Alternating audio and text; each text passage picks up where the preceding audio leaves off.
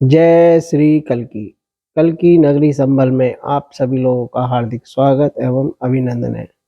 भगवान श्री कल्की की प्राकट्य स्थली पर आज हम आपके सामने प्रस्तुत हुए हैं कल्की महापुराण का प्रथम अध्याय, जिसके अंदर भगवान के समस्त विग्रहों का जानकारी व उनकी पूजा की विधि के बारे में अवगत करा रहे हैं। श्री ओम शुक्ला जी के श्रीमुख से आइए इस प्रथम अध्याय को सुनते हैं। जय श्री कल्की। बोलो शंकर भगवान की जय। बोलो संबलेश्वर महादेव की जय। मैं शिवम शुक्ला, मूल निवासी संभल। संबलेश्वर महादेव के बारे में पूर्व में मेरे द्वारा 68 तीर्थ 29 कूप का वर्णन किया गया था।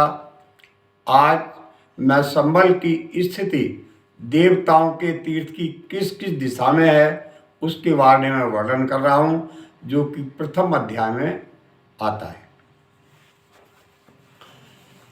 संभल हर युग में रहा है और नर और नारायण को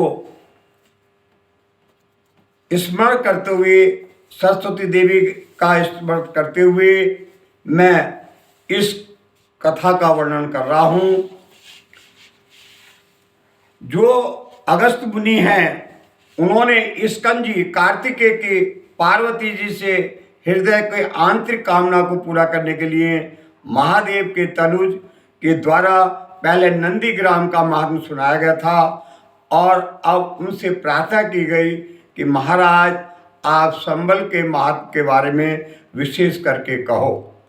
तब उनके द्वारा संबल महात्म्य का वर्णन लिखा गया है।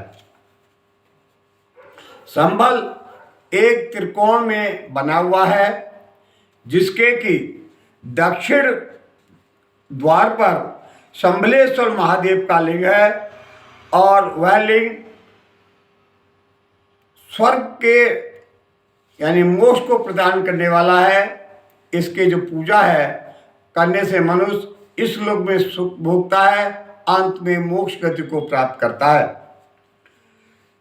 संबल के पूर्व दिशा में चंद्रेश्वर महादेव मंदिर का तीर्थ है और उसके निकट में एक महेश्वती नाम की नदी बहती है, जिसको कि वहाँ की स्थानीय भाषा में बिछुआ चोटी के नाम से जानते थे। कोई इतना बड़ा जंगल था वहाँ पर कि जब नहाने जाते थे तो स्त्रियों के बिछुए निकल जाते थे, इसलिए उसका नाम बिछुआ चोटी भी कहा जाता था। वहाँ पे स्नान करके भगवान चंदेश्वर का या अभिषेक करते हुए और वहाँ पर जितने भी पूजन करते हैं वो इस लोक में शुभ हो करके अंत में स्वर्ग में प्राप्त होते हैं। संबल का तीसरा जो पश्चिम दिशा है उसमें भुवनेश्वर महादेव जी का लिंग है, जो जयद्रथ नाम के राजा का राज था और वह एक विधेय राजा था। उसने उसके अत्याचारों को देखते हुए उस पर विजय प्राप्त की और उसके द्वारा भुवनेश्वर लिंग का पूजा किया गया और पूजा करके राजा इस लोक में सुख भोग करके अंत में वैकुंठ को प्राप्त हुआ। संबल में जो भी वसुदेव वैश्य के नाम के वसुदेव नाम के एक वैश्य थे, जिन्होंने कि भुवनेश्वर नाम के लिंग की पूजा करी और उनके वो कन्या को महादेवी की पूजा करके प्राप्त हुआ और बड़ी संपत्ति को प्राप्त हुआ। ये संबल पूरा त्रिकोण और देवों के योग महादेव जी ने बनाया है, जिसके स्मरण करने से समस्त पाप राशियों का नाश हो जाता है। महादेव के आश्रय परम उत्तम इस कथा को जो श्रवण करते हैं वह मनुष्य दरिद्री हो तो वह दरिद्री कभी नहीं रहता होता है और निधन धन को प्राप्त करता है। इति स्कंदे रेवाखंडे संबल महात्म्य प्रथमोध्याय। बोलो श्री विष्णु भगवान की जय। बोलो कल्की भगवान की जय।